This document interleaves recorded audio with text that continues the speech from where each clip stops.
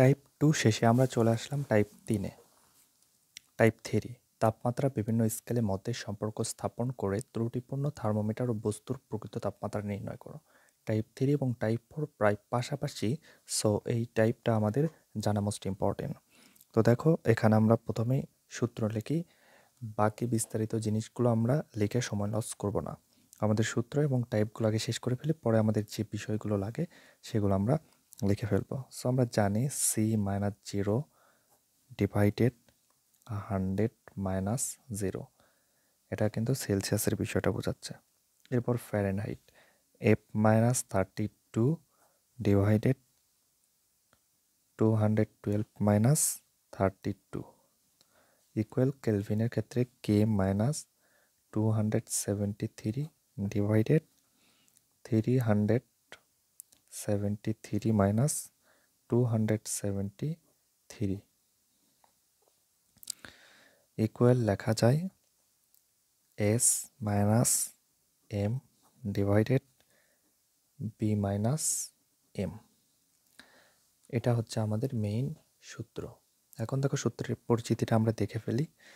সিতে Celsius, এফতে Fahrenheit, কেতে kelvin, এটা আমরা জানি। এখানে আমাদের নতুন অ্যাড হয়েছে SBM। তো এসতে হচ্ছে থার্মোমিটার স্কেলের তাপমাত্রা। এস মানে থার্মোমিটার স্কেলে তাপমাত্রা।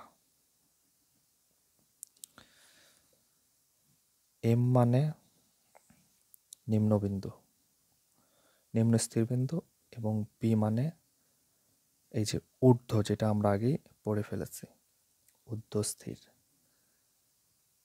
এতটুকু জানলে এখান থেকে আমাদের হয়ে যাচ্ছে।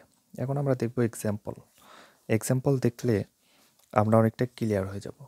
তো আমি তোমাদেরকে এখন এক্সাম্পল দেখাবো। টাইপ 3 এর এক্সাম্পল 1। একটি ত্রুটিপূর্ণ থার্মোমিটার প্রমাণ চাপে গলিত বরফে 1 ডিগ্রি সেলসিয়াস এবং শুষ্ক বাষ্পে 98 ডিগ্রি সেলসিয়াস পাঠ দেয়। থার্মোমিটারটি 30 ডিগ্রি সেলসিয়াস পাঠ দিলে প্রকৃত তাপমাত্রা কত হবে? এটাও করাবো। এক্সাম্পল 2। একটি ত্রুটিপূর্ণ থার্মোমিটার নিম্নস্থির বিন্দু 4 ডিগ্রি এবং ঊর্ধ্বস্থির বিন্দু 98 ডিগ্রি। ওই থার্মোমিটারে 51 ডিগ্রি পাঠ দিলে ফ্যারেনহাইট স্কেলে কত পাঠ পাবে? এখানে ডিগ্রি সেলসিয়াস, ওকে। সি এখানে ইউজ করেও কোনো সমস্যা হবে না। একের সমাধান করব। এখানে আমি বরাবরের মতো সাইড নোট করে নিচ্ছি। এখানে দেওয়া আছে তাপমাত্রা এস এর মান 30 ডিগ্রি সেলসিয়াস। ঊর্ধ্বস্থির বিন্দু, যেটাকে বি দ্বারা প্রকাশ করা হয়, এটার মান দেওয়া আছে 98 ডিগ্রি সেলসিয়াস। নিম্নস্থির বিন্দু এম, মান দেওয়া আছে 1 ডিগ্রি সেলসিয়াস। বের করতে হবে প্রকৃত তাপমাত্রা সি ইকুয়াল হোয়াট। আমরা জানি সূত্রটা একটু আগে উপরে লিখে ফেলেছি, সো আমরা লিখে ফেলি। আমরা জানি C-0 ডিভাইডেড 100 - 0 ইকুয়াল লিখতে পারি S-M ডিভাইডেড B-M। এখন আমরা মান বসাই।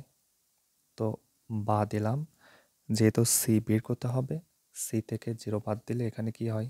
সি রয়ে যায়। 100 থেকে 0 বাদ দিলে 100ই রয়ে যায়।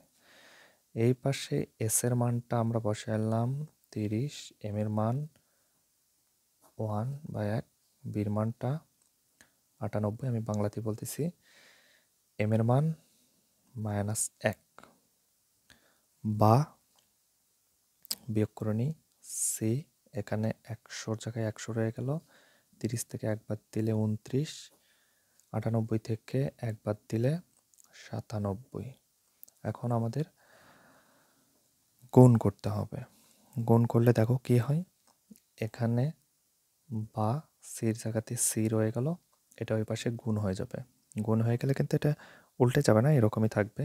সো উপরে আছে 29, নিচে আছে 97 ইন্টু 100 ডিগ্রি সেলসিয়াস।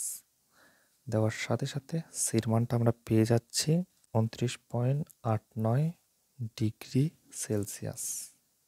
এইটা হলো আমাদের 1 নম্বরের সমাধান।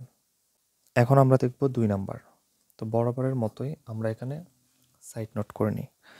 দেওয়া আছে তাপমাত্রা এস ইকুয়াল 51 ডিগ্রি। এরপরে ঊর্ধ্বস্থির বিন্দু বির মান 98 নিম্নস্থির বিন্দু এম ইকুয়াল 4 ডিগ্রি। তো আমরা জানি সূত্র লিখে ফেলি। যেহেতু ফ্যারেনহাইট বলছে, সুতরাং F minus 32 divided 212 minus 32 equal S minus M divided B minus M। এখন আমরা ক্যালকুলেশন করে ফেলি। দেখো F মাইনাস 32 ছিল, এখান থেকে এটা বিয়োগ করার সাথে সাথে হয়ে যায় এত 180। এ পাশে এখন মান বসাই। এস এর মান 51, এম এর মান 4, বির মান 98 মাইনাস এম এর মান 4। বিয়োগ করলে হয়ে যাচ্ছে দেখো 47, এখানে হয়ে যাচ্ছে 94, আর এখানে আমাদের যা ছিল তাই রয়ে গেল। এখন আমরা আর গুণ করব। তাহলে দেখো এই জায়গাতে হচ্ছে এই যে এফ এর সাথে 94 গুণ করে দিলে 94F মাইনাস এই দুইটা গুণ হবে। তো এখানে আমরা এরকমই আগে রাখি 94 ইকুয়াল এই যে এই দুইটা যাবে 180 ইন্টু 47। এখন দেখো বা সমান চিহ্ন দিলে মে পাশে যা ছিল তাই রেখে দিই ইন্টু 47। এরপরে এই যে এখানে যেটা ছিল মাইনাস, এটাকে ওই পাশে পার করে দিলে হয়ে যায় প্লাস 32 ইন্টু 94 ডিভাইডেড। এখানে যদি আমরা এফ বের করি তাহলে 94 ছিল ইন্টু অবস্থায়, এ পাশে গিয়ে হয়ে যাবে ডিভাইডেড ভাগ। অতএব এফ ইকুয়াল মান হচ্ছে 122 ডিগ্রি ফ্যারেনহাইট। এটাই হচ্ছে আমাদের 2 নম্বর ম্যাথের অ্যান্সার।